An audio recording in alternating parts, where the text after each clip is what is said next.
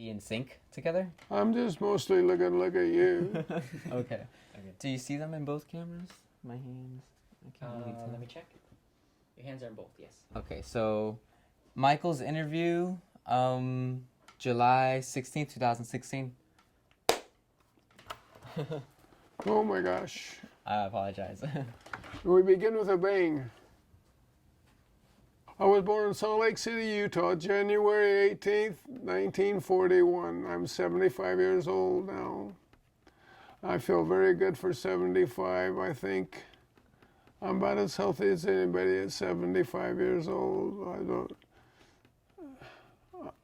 have any real aging except for my hearing. I got all my hair. It's turned white, but I got hair.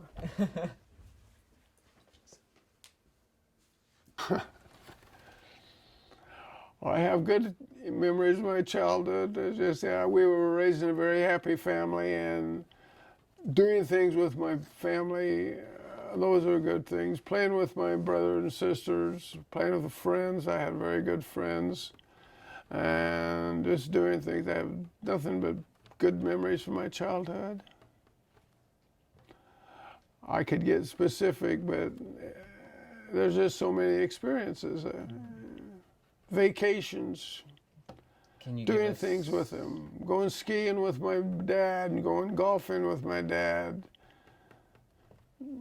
just doing things with each other. I have a brother 2 years older than me. I have a sister 3 years older than me, and a sister 1 year older than me. So we had 4 kids almost within 4 years time, and we were pretty close kids, and we still are close in a loving family. But I haven't seen them except briefly in the last 10 years. And that was only last year that I finally see my family again, my brother and sisters. And I've been out here alone, and they didn't know where I was, and I wasn't supposed to tell them where I was. But they found out where I was through a person who talked to me, who was a volunteer, fed me, and we were starting talking history, and got out my nephew who works down here, and he lives in Salt Lake City too. He went and visited me, and so they finally found out where I lived and came in down and did something with me for one day. So that's all contact I've had in 10 years with my family. But my family is all very wonderful people. They were all successful in what they did, successful parents, all of them successful parents. My brother, very successful in business, in sports. He was an All-American basketball player. My sisters were All-American mothers, you could say. Loving families, successful families. Every child of theirs is a winner. College graduate, successful in whatever they did, all of them. Same with my own kids. All-American parents. I have 2. I have a son and a daughter. My daughter is 41 years old, and my son is 38. They're not children anymore. Yeah, so, and I haven't seen them in 10 years. I haven't contacted them. I've had to do what I'm doing down here without contacting, without letting my family know where I was and what I was doing. And they finally found out just last year where I was and what I was doing. They didn't know before that. And that had to be the situation for me in doing what I'm doing down here, which is a job for God. I am writing a book for him. And I had to be all alone, so they haven't known. I haven't seen him. I have another grandchild that I haven't seen. It's about 5 years old, I'm told, and I'm anxious to see this little granddaughter. I have a grandson and a granddaughter, and I sure want to see him. Oh, I'm glad you asked that question. The question is why I came down here to Santa Ana, California. And that's the essential, important question of everything. It was 2006, and I was getting a massage. This is in Salt Lake City. That's where I'm from. I got a massage. I came out from the massage building, and I got in my car, and I talked to God. I said, well, where do you want me to go now? You want me to go home? He said, no, go to California. So I changed directions for where I was going and headed here. I was renting a bedroom from some friends, and so I wasn't responsible to worry about a house or anything like that. I'm divorced, and I'm living alone and renting a bedroom, so I didn't have all these responsibilities. So I just headed out, and I came down to California. I came down to California, and I went to Irvine first, and I lived there for 3.5 years, being homeless. And while I was there, they impounded my car and took it, so then I've been sleeping out on the cement ever since. And then after 3.5 years there, I came to Santa Ana, and I've been in Santa Ana ever since, about 6.5 years. And this is a better place to live for if you're homeless, because Santa Ana, there's so many people coming and giving you food all the time, and I didn't have to worry about that. The police didn't hassle me, and in Irvine, they were always inviting me to leave. Wouldn't you like to go to Santa Ana instead? No, I'm here. So I was there for 3.5 years. So when I got down here, and I asked God, well, what do you want me to do? Why am I down here? He said, write. And I've been writing ever since. I've been writing for 10 years. I've written, you could say, 7 books during that 10 years' time. And these books are special books. And so I started writing them, and I'm doing that almost every single day during this 10-year period of time. I wouldn't be writing all day, but I'd be writing 4 or 5 hours a day, sometimes less, sometimes more, for this 10 years. And sometimes they'd have me take a break, and I wouldn't write for a couple of weeks and then get back at it again. That's what I've been doing, writing books. I've been writing a special book, a book called The Tree of Life. You could call it Tree of Life Book of Truth. And it refers to that very name in Daniel chapter 10, verse 21. The Book of Truth. I'll just take a chapter in the Bible and I'll break it down verse by verse. And in the Bible, you think you know what it says, but it's coded. So it'll give you a name and some name, and call a person or a name of a place. It means something different than what you think, and I have to go, what does this mean, God? Yeah. Oh, okay. So now you can translate it. And there's all kinds of other things within it. Okay, so I've done that for the whole Bible. And that's what I've been doing for 10 years. Okay. Explaining things. And it doesn't matter what I explain or what it is, whether it's scripture or whether it's the Pyramid of Giza or Stonehenge or Easter Island or any mystery, I'll tell you what it means. Well, my oldest relative was my grandmother, who died at age 84 when I was 12 years old.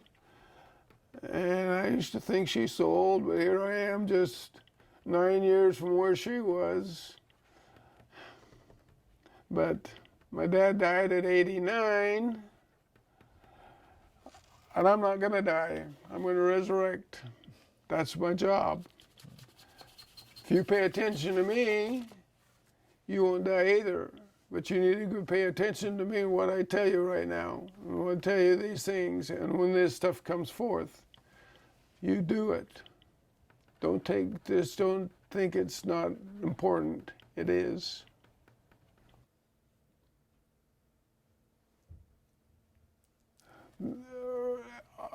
It was really hard because they don't have anybody coming bringing you food, and so I depended on people who would give me some money, but they aren't going to give you money if they don't know you, so it took a while for them to come to know me, and then you can't depend on anybody. So when I first came down, I made my mind up, I wasn't going to scrounge, I wasn't going to beg, and I still haven't begged. But finally, you get hungry enough. I went 5 days without any food. Finally, I didn't have any energy, so I went to a hamburger place and said, I haven't eaten for 5 days, and he gives me a little measly hamburger. Actually, it was a hot dog. I guess it's the smallest one he could possibly find, the guy did. And then I went another 4 days, and I went back in a measly amount. I lost 40 pounds for the first 3 months. I was skin and bones. You see people with their ribs showing. I lost 40 pounds. And finally I said, heck with that. And then I started scrounging garbage cans, and the people in Irvine, they'd eat food and they'd throw away a whole bunch. And it's a different situation than here in Santa Ana. Because I have a lot of restaurants in Irvine, and they would come out from the restaurants, I'm not going to take it. They think they're going to take it home, they said to throw it away. So I started scrounging, and I got my weight back up, and you got to eat, you got to eat. I'm not going to starve, and I wasn't going to beg, and I still haven't begged. But then I started getting some friends, and they would help me out here and there, and a couple of people were very generous. There are some very wonderful people in Irvine, wonderful people who gave me so much and helped me out so much. But I didn't want to be dependent on people. But there were some just generous people. I love the people in Irvine. But people here in Santa Ana are just really just as good, and in fact more generous. Every day somebody's coming and bringing food to the homeless. God bless them all. I have to watch so that I don't eat too much. Well, after 3.5 years, and they kept suggesting that I move, I finally just did, and it's not very far from Irvine to Santa Ana. I didn't want to keep begging on people, or I didn't beg for them. I didn't want to be dependent on people. And I wanted to be a place where the police weren't always inviting me to go. They were nice. The police in Irvine were nice. But don't you want to go to Santa Ana? Don't you need to leave? Let me call your dad, your son, or your daughter. Have them come and get you. Well, I don't want to. I had a job to do, and I don't want them trying to babysit me. I had to get out of that situation where Irvine's trying to get rid of. They want to look clean. They want to look pristine. They don't like homeless people in Irvine. So I thought, you don't want me? Okay. Santa Ana hasn't felt that at all. Anyway, thank you for the question. Well, in Santa Ana, I got a lot of nice people that I sleep around and I talk to and are friendly with. And then there's just a whole bunch. There's just so many people crowded together. It's like rats in a cage somewhat. And sometimes it gets very discouraging how dirty everybody is, how they don't take real care of themselves or don't take care of the environment. Will throw things just out and not take care of their mess. And I just kind of have to turn a blind eye to that. because I take care of everything. I put everything in the garbage can and I take care of it. So it's just so many people having problems. So it's difficult here in Santa Ana for that reason. But on the other hand, I've never been afraid. Nobody's threatened me. I haven't felt any racial problem with anybody. We all get along. I get discouraged sometimes when someone will steal from you. But most of the case, we're all struggling to have the same struggle. We want to have enough food, we want to have fun, we want to enjoy, but we're stuck in a situation that's not good. I have a different situation than them because I know I'm getting out of this. Most of them are saying, oh, they don't have any hope to get out of the situation. I'm getting out of the situation when I finish doing what God wants me to do. He'll resurrect me. I'm gone. Then I get to bring the book forth. But Santa Ana's been a wonderful place. And this city has been good, and the police have been nice. And they have not been judgmental, and they have been understanding, and they have not been confrontational. The police have been wonderful. And the city has been wonderful, and the library has. I've made a lot of friends in these different places. It's been a good place.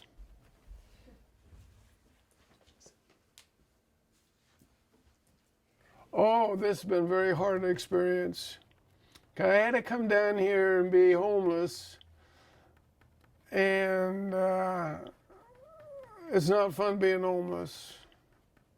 I had to make a sacrifice to do this job, and it's been very hard. Almost every day has some difficult about it. Sleeping on cement, that gets very old very fast. People stealing your stuff, that gets old very fast. Not having food, that gets old. Being in the rain, being in the cold, that's all part of being homeless. That was all part of the sacrifice I had to make and come down here and write the Tree of Life. But I had to do that. I had to do it as if I were dead. And I am dead to my kids because they haven't seen or talked to me, and they're dead to me. And because I haven't seen them, I haven't talked to them, I couldn't even call them on the phone. I haven't had any money. That was taken away from me. My credit card, God took it away. He said, no, you live without it. So, this thing is every day very stressful in some ways. Always something that's difficult. You live among people who have handicaps, who are going through a very hard time themselves, and that's kind of hard to live in that situation. But that's part of what I had to do. I had to make a sacrifice to write this Tree of Life. That's not my background. I'm a school teacher. I taught school for 29 years in Salt Lake City, elementary school. I was successful at it. I was a good school teacher. I also had my own business of painting, house painting, and I do that during the summer times. I was successful. I know how to make money. I know how to live. I know how to. I'm a good parent. I was a good parent. Many friends. But I gave all that up and came down here. I turned my car around and came down here and didn't ask any questions. Oh, what do you want me to do, God? I want you to write, Michael. So I've written 7 books during that time. Homelessness was my sacrifice. I've been here again for 6.5 years, and I think I'm about ready to finish. I think I've finished writing my book, and then I have to go home and type it up and bring it forth to the world. And it'll come out to the world day by day. Every morning I'll fax it out to the newspapers, and it'll go worldwide. And why will it go worldwide? Because people want to know what somebody who's resurrected has to say. How did I get to be this condition? What do I know that nobody else knows? So they'll be interested in knowing what I have to say. So That's what happens when I finally finish this job. I will be resurrected. I'll be young again. I'll have something to say. And so when I fax it to the newspaper, it'll go worldwide and people will want to read it. Most people will not agree with me. Most people won't believe, but a lot will. You can't please everybody. A lot of people don't want to change. Even you tell them what they can receive, they won't want to change. But that's how it goes. Can't please everybody. Some are ready for it, some aren't. So, that's my job.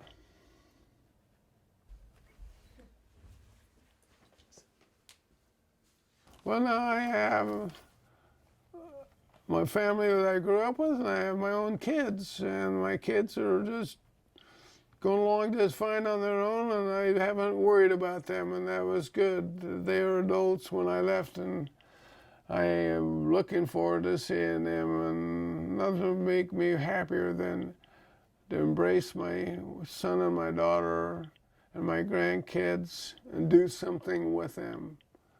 Do something fun with them, go on a vacation with them, take them someplace. Nothing's more important than that. Every day I believe that you should do something fun. And I'm looking forward to that. It's going to happen soon, very soon. I'm right on the threshold of going home. I can make it. I made it 9 years, 11 months, and 2 weeks. I'm keeping track. Well, I just have had many miracles happen to me. And I have those things I look forward to and I can remember.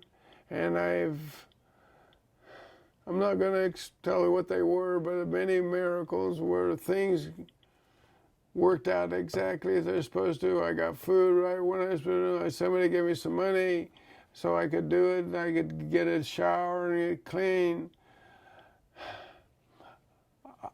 It's been good down here in lots of ways, but it's just been very hard.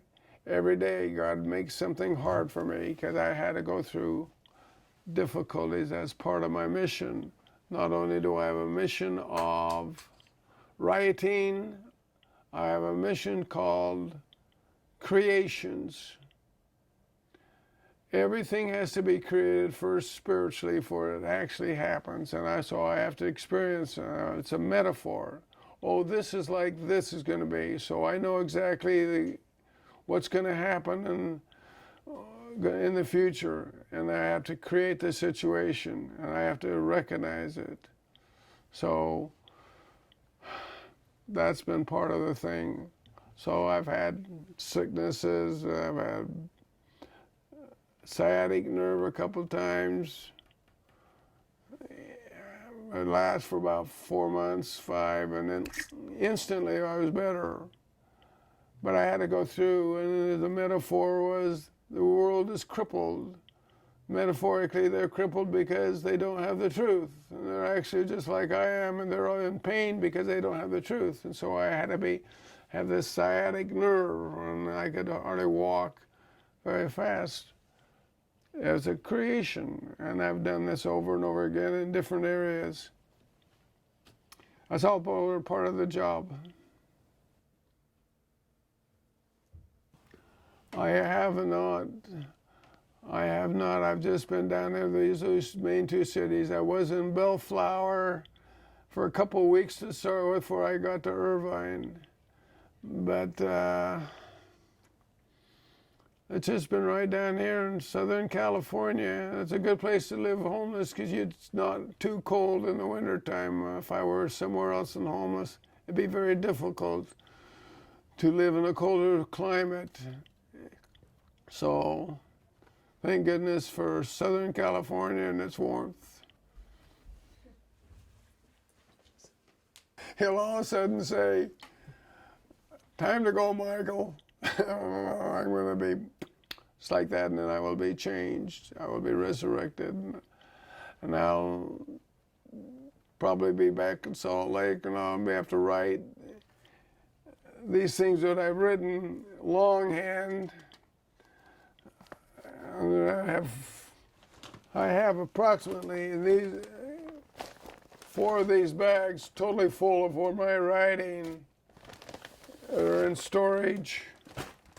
Wow. And I got to type them up so they're ready to come forth when they start coming forth day by day.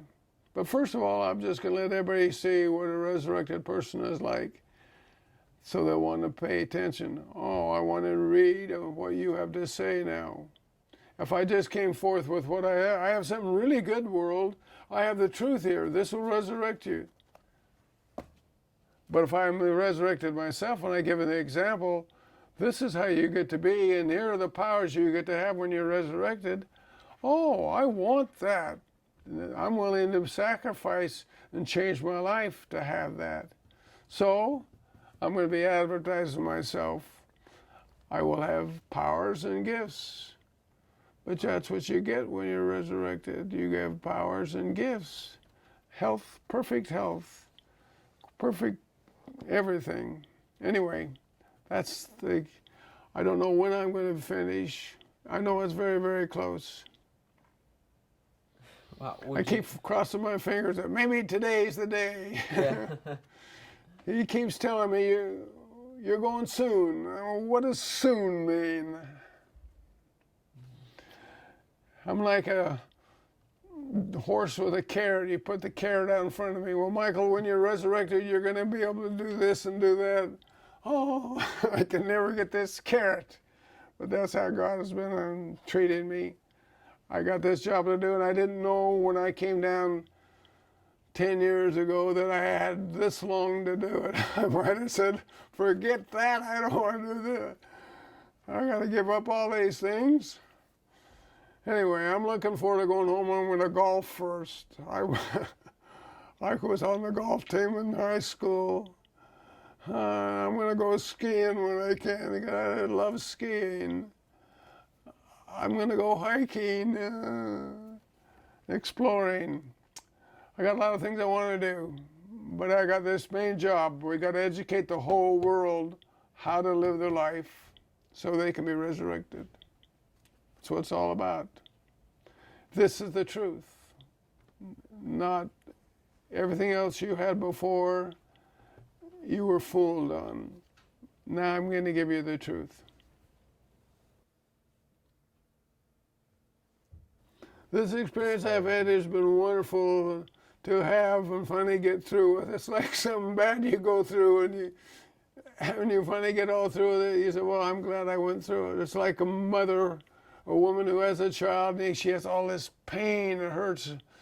She almost hates the child because she has gone through so much pain in giving birth. As soon as that birth happens, oh, she's so joyous over her child and loving, and she forgets about all the pain. So here I am, 10 years of this stuff. Well, I got through it okay. I'm healthy and strong, and I had lots of pain at different times, but it all ends up good, and I know more than anybody in the world. I know what things mean. You can know some things, you have all these kinds of facts, they don't do you any good. I have friends who know everything about baseball, can give you all the earned run averages for all the players and all the teams. What the good does that do you? Not criticizing him, but that's just typical of everything in the world. You want information to know what I need something that's going to benefit me. Only thing that benefits you is the truth. So I'm giving the truth. So it's worth it. It's a good question.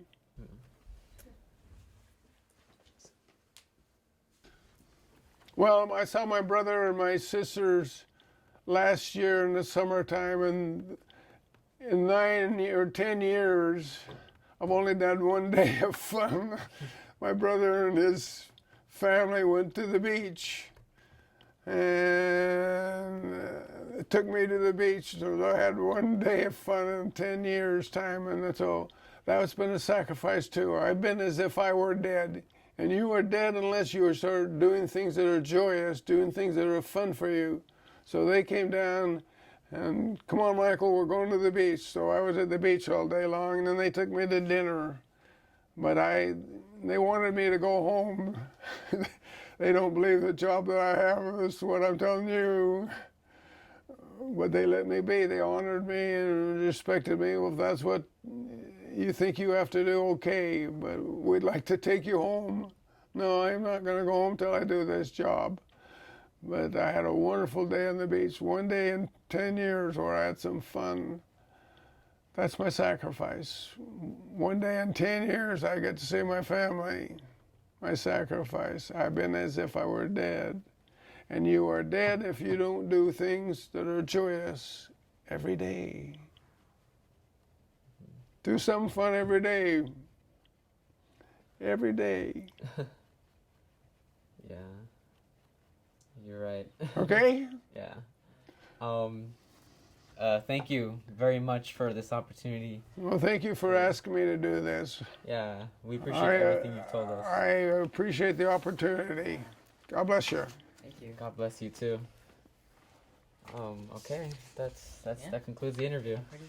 Do you think you picked up most of it? Yeah. Yeah, I got all of it. The audio is perfectly clear. So it was great. But